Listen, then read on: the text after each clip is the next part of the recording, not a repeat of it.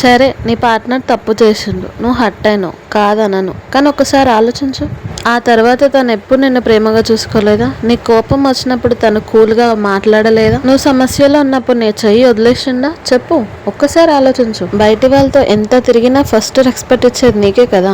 నువ్వు కాల్ చేసిన ప్రతిసారి రిసీవ్ అయితే చేస్తాడా లేడా? ఇవన్నీ పక్కన పెట్టబ్బా.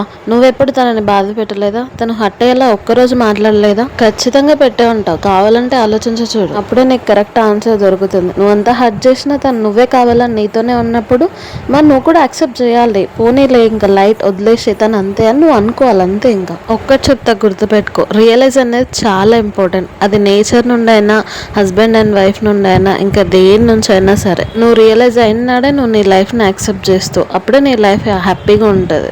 తన తప్పునే కాదు, తన ప్రేమను కూడా నువ్వు యాక్సెప్ట్ చేయాలి. ఎందుకంటే ఫీలింగ్స్, ఎమోషన్స్ నీకే కాదు, నీ ఎదుటోళ్ళకి కూడా ఉంటాయి.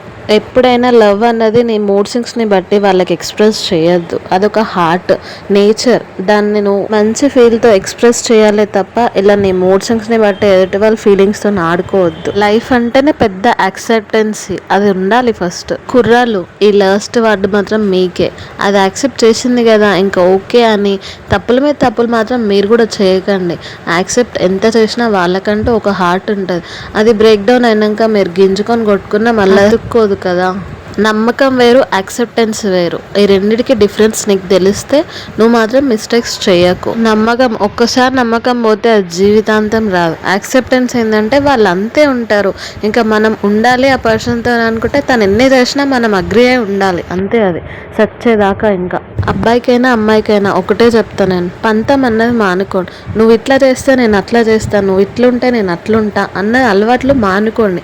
అప్పుడే మీరు హ్యాపీగా ఉంటారు, మీ సంసారం, మీ పిల్లలు ఇంకా హ్యాపీగా ఉంటారు. అఫ్కోర్స్ పేరెంట్స్ హ్యాపీగా ఉంటే పిల్లలు ఇంకా హ్యాపీగా ఉంటారు. మీకు తెలియదు ఏముంది చెప్పండి, మీకు తెలియకపోతే చెప్పండి, పార్ట్ 2లో నేను అది కూడా ఎక్స్ప్లెయిన్ చేస్తాను. అంతేగాని అసలు ఇట్లా చీట్ చేసుకోకండి ఒకరినొకరు. కోపమైన, బాధైన, సంతోషమైన, దుఃఖమైన మీకు మీరే, హస్బెండ్ అండ్ వైఫే కదా షేర్ చేసుకోవాలి లైఫ్ టైం.